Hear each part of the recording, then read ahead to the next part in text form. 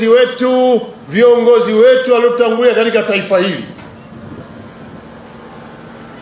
Lakini pia muungano wetu huu ni heshima kwa Watanzania wote, na ndio kwa sababu leo Watanzania popote wanapotembea ndani ya nchi na nje ya nchi wanatembea vifua mbele.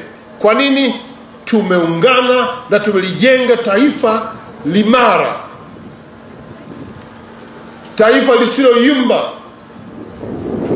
taifa lenye watu wasiokuwa na ubaguzi, taifa ambalo linapata mafanikio kwenye miradi mbalimbali ya maendeleo ndani ya nchi, bara na visiwani.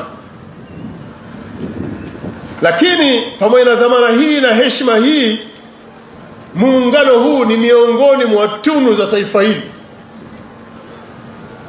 ambayo kila mmoja, kila Mtanzania anapaswa kwanza kuilinda, kuienzi na kuisemea popote utakapokuwa, kwamba muungano huu ndio jambo tunaloringia, linatufanya kuwa wamoja na linatufanya kupata maendeleo na linafanya kila mmoja kuwa huru ndani ya nchi yake.